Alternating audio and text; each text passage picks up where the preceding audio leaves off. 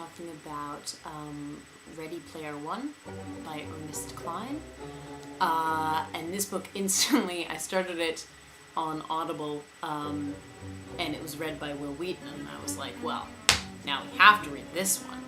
And Wheaton does a very good job. I feel like Audible is very, very good at picking like exactly the right reader for this book, and Wheaton, like, because the book is about kind of, you know, sassy teenagers doing like sassy teenage video games things, and Wheaton has like the perfect voice for this. Like sassy, but like just nerdy enough that it's like, you know, anybody reading this book will be like, oh my god, Wheaton.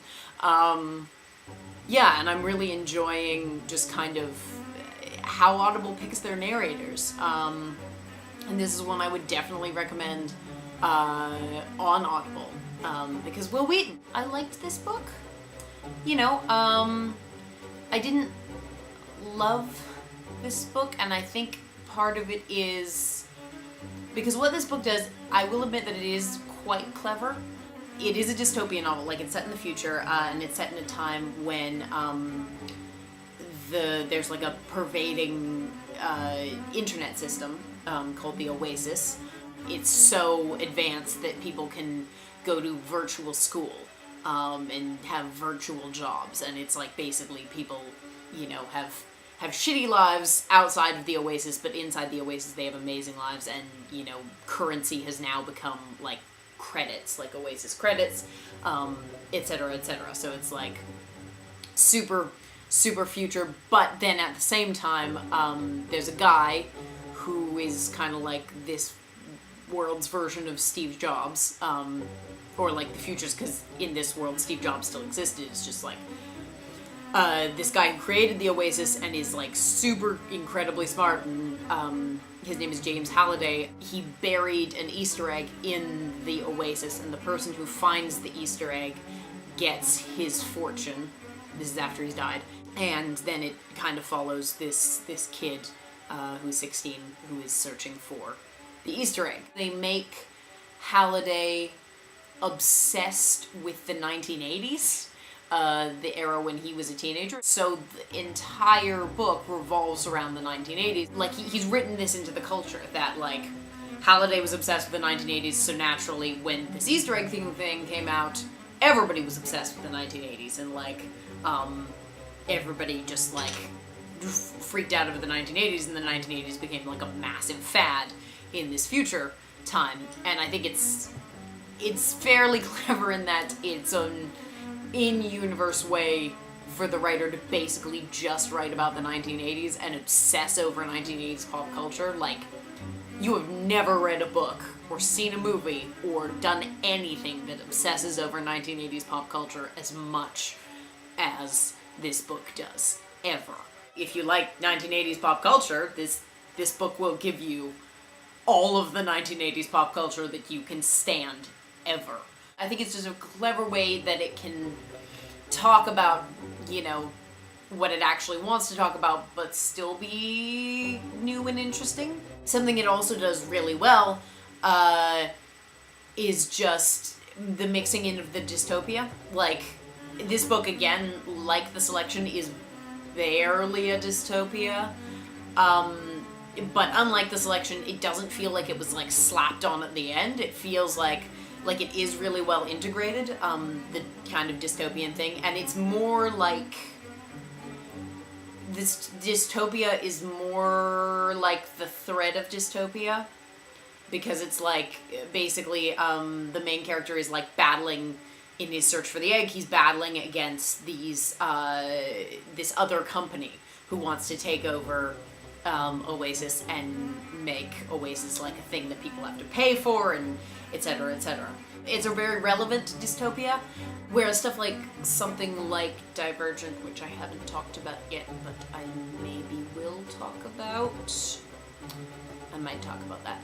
Stuff like Divergent is not, I wouldn't call that a relevant dystopia, because the thing that they're addressing is the individual and how the individual's a threat to the system. I'm not going to get super into this. Anyway, I don't feel that Divergent is a relevant story or addresses relevant issues.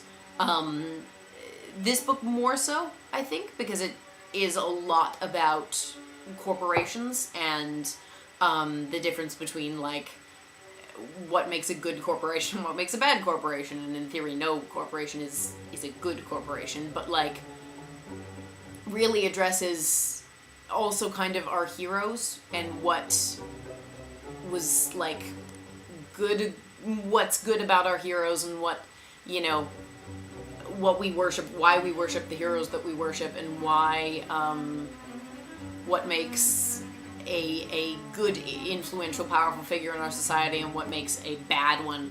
And I think that is really relevant. It's a good book. It's a good book. It's fairly well written in that it does read like, I read it and I think, yeah, this is teenagers talk like this. And there are a couple of things, like, I have a very good, especially when reading audiobooks, I have a very keen ear for when a writer will use a phrase repetitively. Like I use like when a writer will use a phrase really repetitively, especially if it's like an idiom or something, like or like a colloquial like phrase, you pick up on it really fast and it quickly gets irritating. And there's like a couple, get the hell out of Dodge is one that this writer uses constantly and it quickly gets annoying. I mean, it's a first person book, so I'm more apt to forgive it in that case because I just, like, humans do that. Humans will use phrases a lot. So I'm more apt to forgive it given that it's a first person book because I am more apt to accept that Wade, the main character, just says get the hell out of Dodge a lot. Teenage desire to not be ourselves and human desire to not be presented the way we actually look. It's something that I think is fairly overused but is still fairly relevant, and there's one, and I'm not going to spoil it because it's something I saw coming, but like it is still, if you don't see it coming, it's a good twist, I guess. It just addresses like a lot of stuff about like how we present ourselves and how especially women and people of color present themselves in society in order to be accepted. And whether that's, whether that's good or whether that's bad, and like how kind of how society necessitates it that like women present themselves. And it is, again, it's still like this whole thing about physical appearance, because obviously there's kind of like 3 or 4 main teenage people, and none of them look like they do in real life. The main character looks probably closest-ish to his avatar, but I mean, his avatar is super muscular and like super fit, and he's overweight. If we're allowed to present ourselves however we want, how do we present ourselves? And does, obviously the end result of this is that it probably erases some semblance of individuality, which sucks. It's a good book. It's not the best dystopian book, and like I said, it's barely a dystopia. Like, I would say if you're a person who loves dystopian books, this kind of book kind of necessitates you to love A, video games, and B, the 1980s. The dystopia part is kind of just like it's also in the future. But it's pretty well integrated. I liked this book a lot. And I wasn't born in the 1980s. I think that's probably why I didn't love this book, because I got, I'm close enough to the 1980s that I got most of the references. This wasn't my decade. I'm a 90s kid. I highly appreciate the fact this book is not a trilogy, because as I've been doing this, I've been discovering more and more, I'm very anti the idea of a dystopian trilogy. I do not like that idea. Mostly because, I think, friggin' trilogies are super overused. Okay, what I think a dystopia should be is, I said this in the first episode, like a commentary on our culture using a future culture. Like, for example, in the future, we have this game show where teenagers kill each other. And this harkens back to our own obsession with, like, reality TV shows and how far we go with those and how much we exploit people on those, etc., etc., etc. And I feel like that, to me, is the point of dystopia, and I feel like trilogies ruin that. If you can't make a commentary on our culture in one book, you're not going to do it in 3, and also, I just don't understand why I understand from a financial point of view why they are trilogies. I just think it's dumb, and I think they shouldn't be. Basically, it comes down to, I'm not a big fan of trilogies, particularly for dystopia. What kind of ends up happening in trilogy dystopias is that you'll have the first book that's really good, and then, like, the second ones will, like, slowly peter out in, like, goodness. The one exception to this being the Unwind trilogy.